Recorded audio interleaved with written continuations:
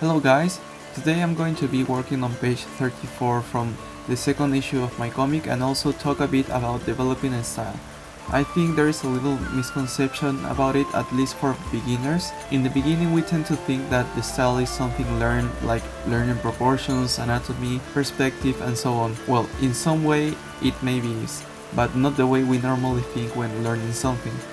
In reality, the style is more like your personality. What I mean by this is that your style is just but a mere reflection of what you like the most, what you don't like, what you draw best, and what you don't draw too well. So by knowing this, how do we actually develop a style? The first thing would be the mindset. Don't worry at all about the style, it will come anyway by itself with time. Now you may be asking, how is that even possible? Well, when we are practicing drawing, we tend to copy a lot of our favorite artists' books and so on. So we try to replicate as much as possible the artwork to get as much information we can from them. Believe it or not, some of those things that you replicated will be part of you later on, because it is what you like to draw and how you want to draw.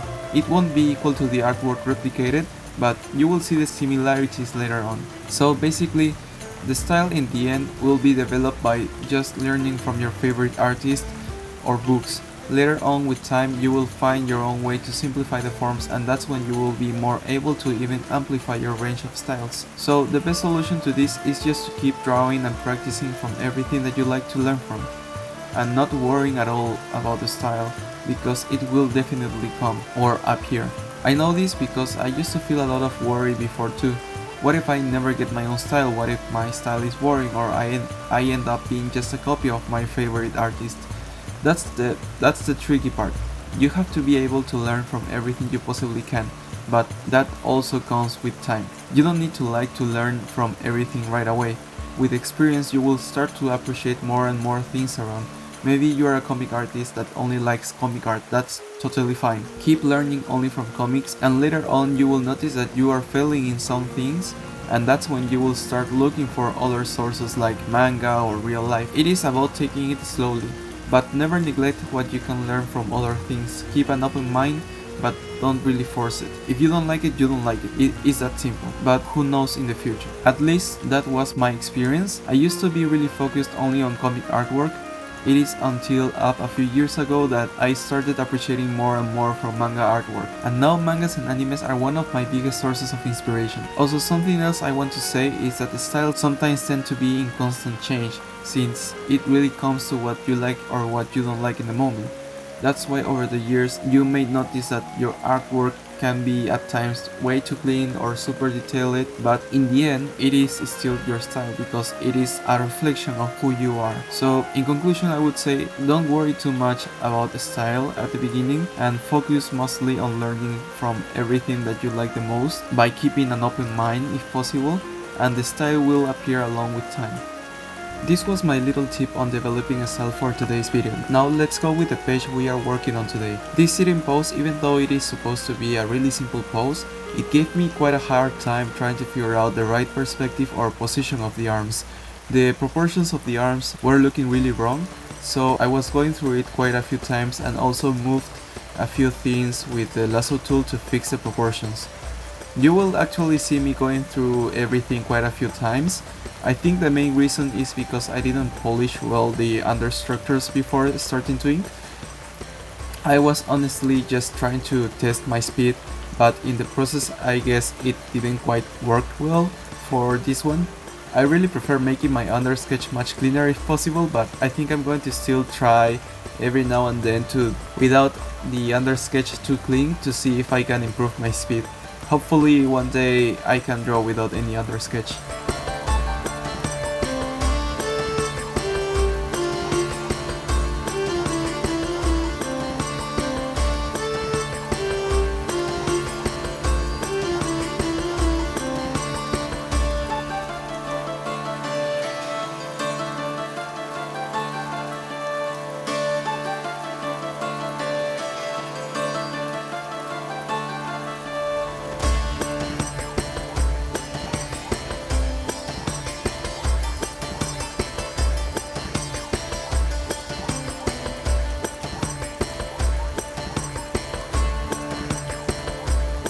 Right now I'm just fixing the face of the scientist, and she's going to be in charge of supervising and investigating the power of Lux.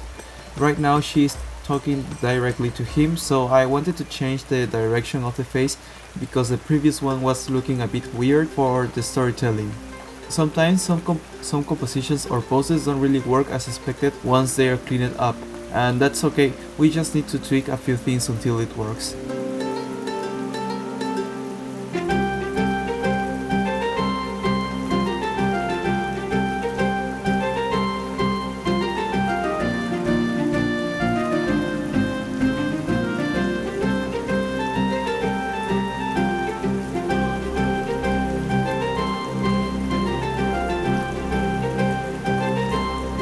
Right now I'm trying to leave most of the piece as clean as possible since I want to wait for the gray tones to decide well where I'm putting the cross-hatching or hatching and the black spots on the characters. Lately I try to avoid adding black spots or too much hatching to the faces or loose clothes. This is because I honestly prefer to have them clean when I'm coloring them and be able to actually follow the light as I want, especially for the folds on the clothes.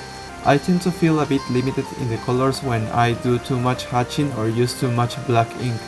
This is why I kinda debate at times if I should add more details or not, if I'm coloring it. I think now I'm just going to continue with the video. Honestly, I don't know what exactly to explain now, so I believe I'm just going to stay quiet most of the time. Also, I want to let you know that if there is any doubt about how I work or anything in general you want me to explain, let me know in the comments so I can answer them. Maybe I could end up making a tutorial for something specific too.